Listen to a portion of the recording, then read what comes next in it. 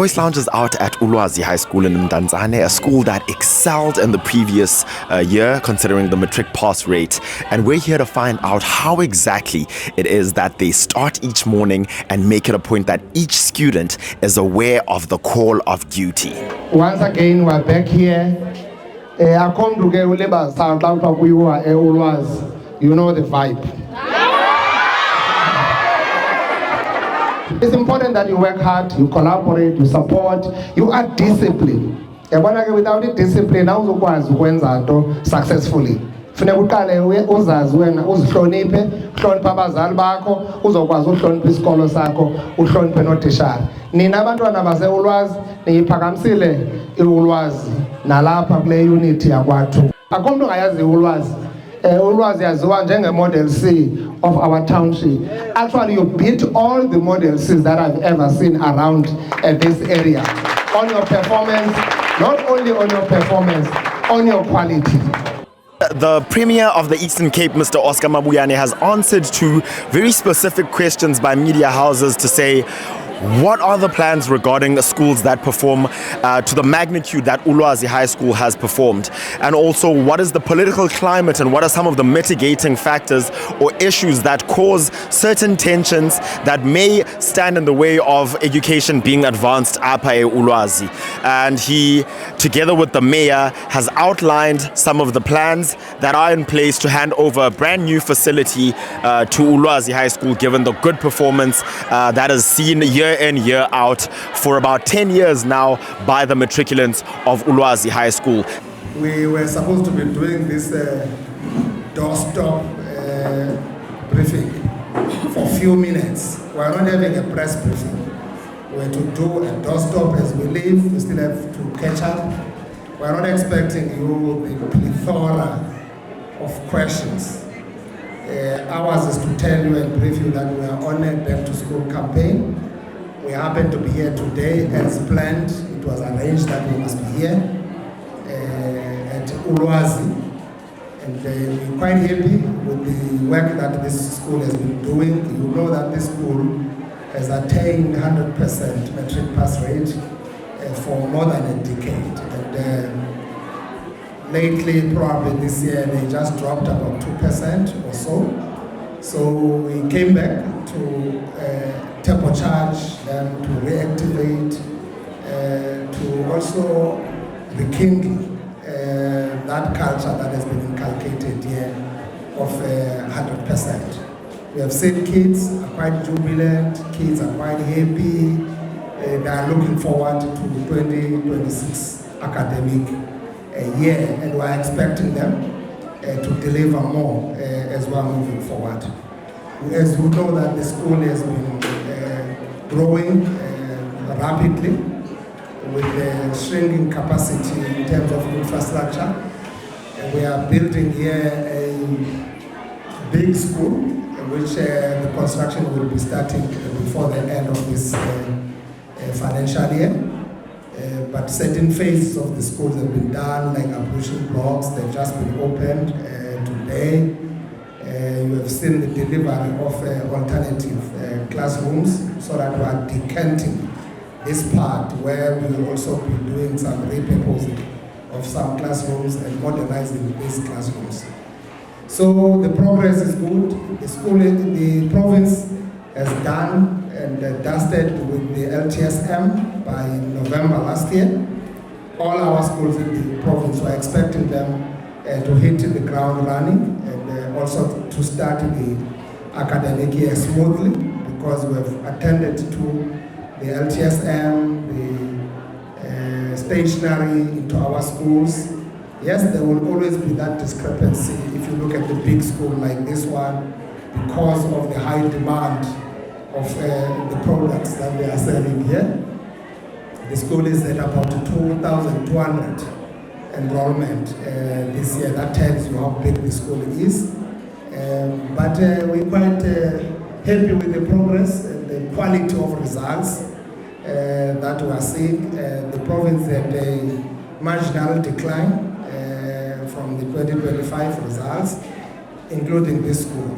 This school has declined about 2%. Actually, many major schools, big schools that experience challenges either of suspensions of principals on the eve of exams, and other schools that also experience suspension of teachers who were teaching grade 12. About 30 of such teachers on allegations of sexual harassment. So we believe that as one way or other contributed to kind of a marginal decline we've seen. We're quite happy to maintain the momentum of 80% and above. If you are at 80% at the secondary level, judges, you are at a distinction category. So you are in that class of distinction. So they can't be worse performing at 80 and above.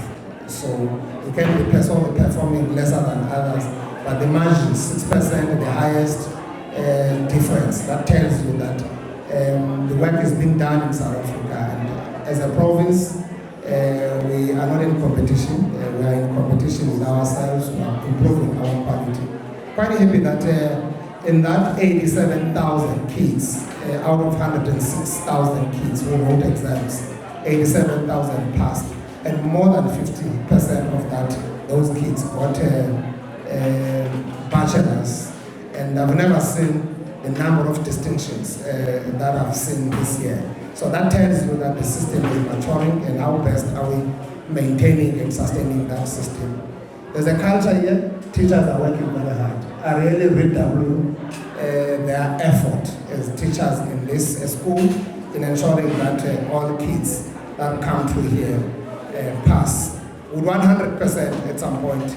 We've said we're putting a target of 90% at the end of this term. It looks like we can even go beyond that 90% by 2029 because the term is ending in 2029. So in overall, I'm quite happy. 2 days ago, I was in Brooklyn, Stoza Senior Secondary School, another performing school. When I visited that school around about 2020, the school was coming from 2021 at 38%. We went there to motivate the school and kids. And when we arrived, that school was at 88%. Big school, it has got more than 1,500. We're handing over the state-of-the-art school infrastructure that has just been completed for that school. So we're doing this work. For the last financial year, we've built about 28 schools. We understand from the previous term, we built about 100 schools at the end of that term. So we are in a steady progress in terms of the rapid erosion of mud schools. We are definitely addressing that problem of mud school, definitely addressing the problem of the pit latrines or the challenges of ablution facilities that we often see in rural areas. So the work is happening, and I can tell you the Eastern Cape is doing exceptional work in ensuring that we are able to deliver the good for our kids with all the challenges that we have, as we're talking about the eradication of mud schools and all that. And they were building state-of-the-art school to really give the best to our kids, be it in township or rural areas, as well as in the urban centers. So good work is happening in this district where we are. Schools have performed here. I think we've got only 2 schools that have been struggling to perform probably at less than 80%. And what is also interesting in the Eastern Cape, all districts, 12 of them, have performed above 80%. That tells you it's massive kind of work that our teachers and our learners are putting into this effort. So here, only 2 schools and all other schools in this district of Buffalo City are performing above 80%, which shows quite serious progress if you look at what would have happened in the past. So thank you very much, Mr. Mapete, to steer the ship and lead as a district director. I'm just not happy that you are retiring next month. I wish I can extend. You still look good to retire. You can still offer more. But other than that, colleagues, I think that's where we are. And we're dealing with all other daily problems. We're concluding the admin work on the suspensions because anyone who would be alleged on sexual harassment, we cannot turn a blind eye or adopt an ostrich approach. We must tackle that, we must confront it, because that issue, together with scholar transport teething problems, would have one way or other contributed to this marginal decline that we're talking about. Teachers, principals are like pastors, in schools. So principals are a leader, and not just managers, are leaders, are parents, just like any other teacher. So even here, I can tell you the influence and the contribution of the principal here, Mr. Makalima. In his absence, there surely would have been a bit of a vacuum, because the acting principal was shocked as well to be told that come in and take over and lead, but he has done an exceptional work to give us that 98%, which we are quite content with, and we are also appreciating and congratulating him as well. Together with the chairperson of the SGB on the other side, excellent work that they are doing. Education is a societal matter. They are really demonstrating it here. I've been here seeing parents coming and fetching their kids, seeing parents accompanying their kids here. There are such moments, bonding moments, as part of the system and the culture of the schools, where parents are invited to come and bond with their kids and play their part in ensuring that our kids are provided with that parental psychosocial support which we all need. We don't normally interfere with the administrative processes like your suspensions and all that. They are well regulated. You must be served with your notices of appearance before the DC within 90 days and all that. And I think the department is concluding that. We were briefed and told that they've concluded the investigation that they were doing. So at any given time, the process will be unfolding to the next level. If there's nothing that must take him to a DC, he will be brought back to school. If there's something that needs him to answer before the DC, he will be taken to a DC. That's all that I can say around the issue of the principal. Correctly so, there are a couple of such principals. Whether you go to Profimba, Basila 7, another big school, performing big school, we have seen that challenge of drop again, because again the principal was suspended on the eve. I think we've seen that problem, especially on the issues of maladministration and all that, which we are really condemning, that we should not really be allowing the space for any allegations of corruption and all that. And unfortunately, if those allegations are put forward, we've got to test them, and we've got to do what is proper from a leadership point of view. But I think at some point, how to manage things like those is quite critical and important if we are also looking at the interest of our kids, without saying people must not be held accountable. Everybody must be held accountable. We are encouraging transparency, the responsibility and accountability in whatever work that we are doing. So we'll leave it there, because it's a matter that could be litigious if we just say things about it like that. Let's leave it there. I think it's enough what we were told and the briefing in terms of the processes and steps that are being taken. We just hope that soon, we definitely need his capabilities back here, like any other principal who had been the principal of a big school. Those principals are not just principals who have been doing their work exceptionally well. So we would want to, if there are no issues, that must actually keep them away longer than this period. Correctly so, now to the education is a societal matter, and we've been encouraging that every person, not only politicians, even you, in your own community, in your own local, you can be so inspirational, you can contribute in picking up another child and supporting that child and adopt. We've adopted so many children from where we are coming. Even in my village, the other day I was going into this other school. I woke up in the morning seeing about 10 young people who came to show me their results, because I've been supporting them throughout the year and making it a point that they succeed. And I've seen a lot of distinctions from those kids in deep rural areas, how they've been doing. And I realized that if we multiply this, we can definitely be able to address the challenges and the backlog we have in terms of the high illiteracy rate in our province, etc., etc. But we are actually progressing very well, and we are handling that situation developmentally, and I'm quite happy with that. Unfortunately, political parties will always be trying to take chances. So that adventurism, you can't stop it, because the year of elections is a year where people sometimes can think less and also become pathological liars. It's also possible, even things that have been done, and there will be some that say nothing has been done because they wanted to drive a particular narrative. I would just urge political parties at least to speak truth and speak sense and encourage our people, because we want our people to go out and vote in numbers. African National Congress carried the mandate that was bequeathed to it from the Freedom Charter, that it must build a united, non-racial, non-sexist, democratic and prosperous society. By investing more in education and make education our key apex priority for years or for terms, is to ensure that we are dealing with the issues, we are solving acts of underdevelopment, high unemployment, as well as inequality.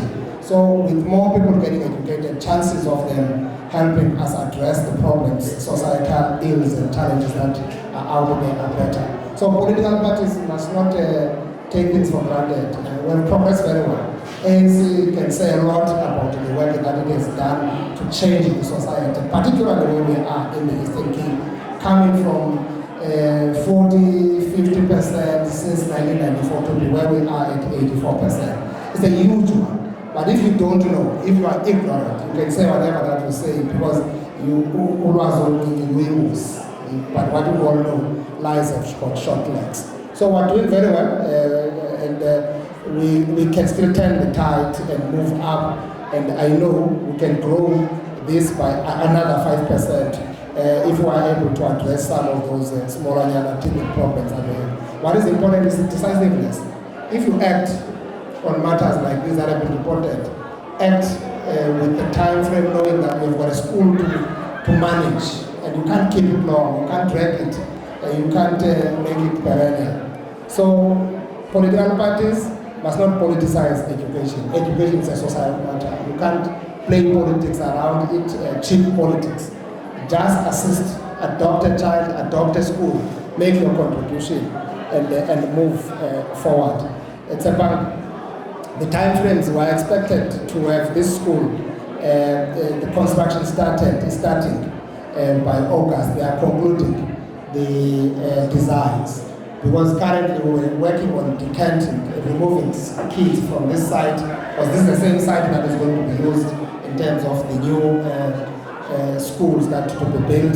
That's why kids are moved into that those temporary classes, which accommodates about 44 classrooms. So that work, we are going to monitor and make sure that by end of this year, indeed, the construction takes place. It can take about 2 years minimum to get the classrooms up and running, all of them in the new modernized system.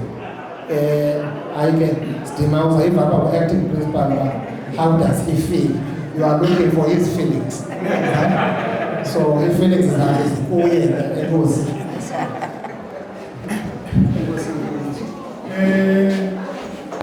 We were negatively affected by the precautionary suspension of our principal, Mr. Makalima, because we did not anticipate it.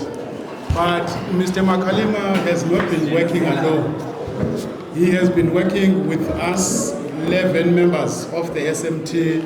So we had to stand up for the sake of those 2,073 learners and to focus so that we deliver them to the next grade.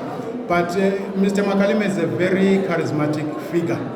His presence around you, you feel that you are covered when he's around. But we felt that now and again, and especially during the camp when there were ill-disciplined learners, we felt that if he were here with us, at least certain things would not be happening. But you had to soldier on.